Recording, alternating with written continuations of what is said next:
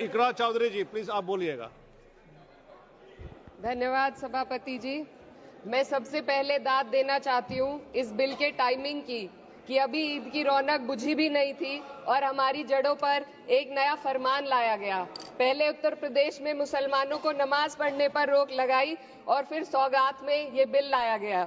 निसार में तेरी गलियों पे है वतन, जहाँ चली है रिवाजो गैर कि कोई ना सर उठाकर चल सके।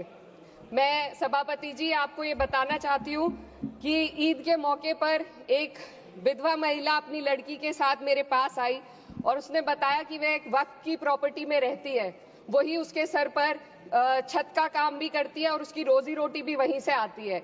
वो इस बिल को लेकर इतनी फिक्रमंद थी कि कहीं उससे वो उसकी संपत्ति ना छीन ली जाए। वो अकेली एक ऐसी महिला नहीं है, ऐसे लाखों लोग हैं जो वक्फ की गरीब महिलाएं जो वक्फ की संपत्ति से अपना रोजगार चला रहे हैं।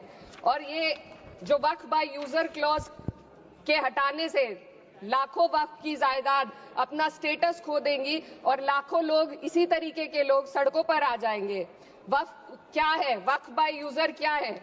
इसका ये मतलब है कि कोई जायदाद अगर सालों से दीन और भलाई के कामों के लिए इस्तेमाल हो रही हो तो वो खुद ब खुद वक्फ मानी जाएगी। हिंदुस्तान की अदालतों ने भी इस बात को तस्लीम किया है।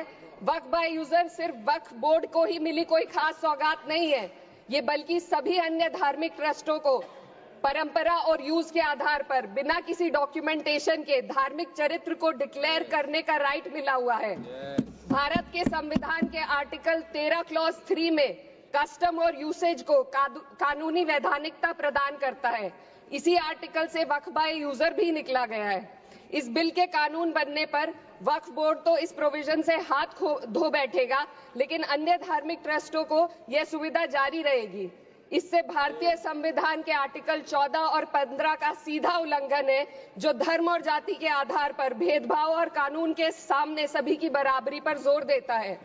मैं इसके साथ ये भी कहना चाहती हूँ कि सत्ता के लोग जो एक दूसरे की पीठ थपथपा रहे हैं कि वक्फ बाय यूजर का जो अमेंडमेंट इन्होंने दिया उसको एक्सेप्ट कर लिया गया है, लेकिन इनकी शरारत यह है कि उसके साथ ही एक ऐसा प्रोवाइजो इसमें शामिल किया गया जिसके आधार पर यह कहा गया है कि अगर कोई भी वक्फ की संपत्ति विवादित हो तो वो अपना वक्फ स्टेटस खो देगी। तो जो अमेंडमेंट इन्होंने दिया है जिसको एक्सेप्ट कर लिया गया है उसका कोई मतलब नहीं है, ये इनकी नीयत है जो साफ जाहिर हो रही है। सोने पर सुहागा एक काम और किया है, सरकार ने वक्फ की कानून के सेक्शन 107 को हटाकर लिमिटेशन एक्ट में 12 साल तक ही किसी के खिलाफ अदालत में जाने का प्रोविजन है। सेक्शन 107 में बोर्ड को लिमिटेशन एक्ट से राहत मिली हुई थी। वक्फ बोर्ड कभी भी अवैध कब्जाधारियों के खिलाफ अदालत जा सकता था। अगर ये सेक्शन ना हो तो अवैध कब्जा करने वाले लोग कानूनी प्रक्रिया का फायदा उठाकर वक्फ की प्रॉपर्टी को हड़प सकते हैं। अन्य धार्मिक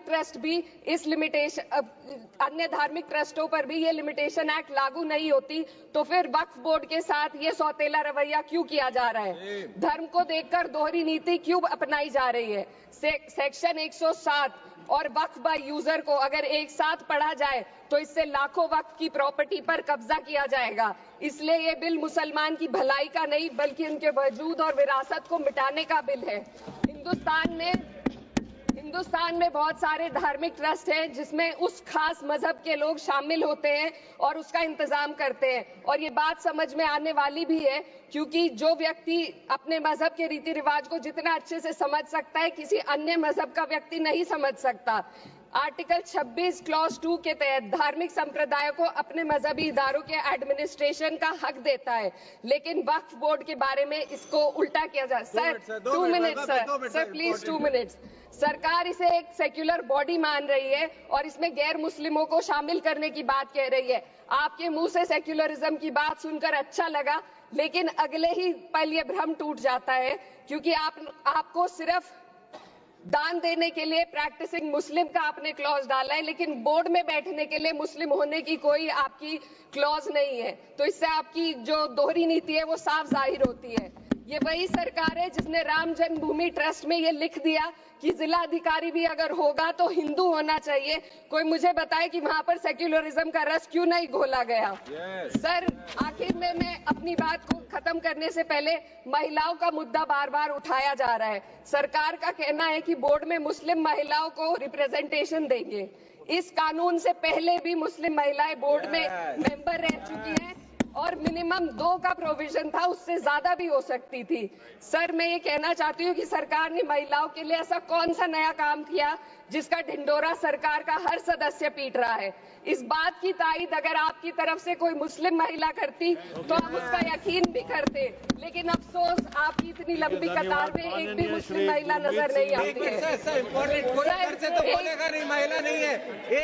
मैं खुद एक मुस्लिम महिला हूँ, मैं सिर्फ एक मैं माइनॉरिटी महिला हूँ। इस सदन में हम सिर्फ 2 महिलाएं हैं और उस नाते से मैं ये बात कहना चाहती हूँ कि इस बिल के माध्यम से मुस्लिम महिलाओं को कुछ नहीं मिल रहा है। ये हमें कुछ नहीं देना चाहते, सिर्फ टोकनिज्म हमारे नाम पर बनाकर एक नैरेटिव मीडिया में चलाना चाहते हैं। तो ये बिल मुसलमान की भलाई का नहीं, उनकी पहचान को मिटाने का है। सर, अंत में मैं बस यही कहना चाहती हूँ कि कागजों की कैद में बस नाम रह जाएंगे, वो जो हमारे थे सिर्फ दावे में रह जाएंगे। इस बिल के द्वारा मीठी ईद के जायके को कड़वा करना, यही असली सौगाते मोदी था। बहुत बहुत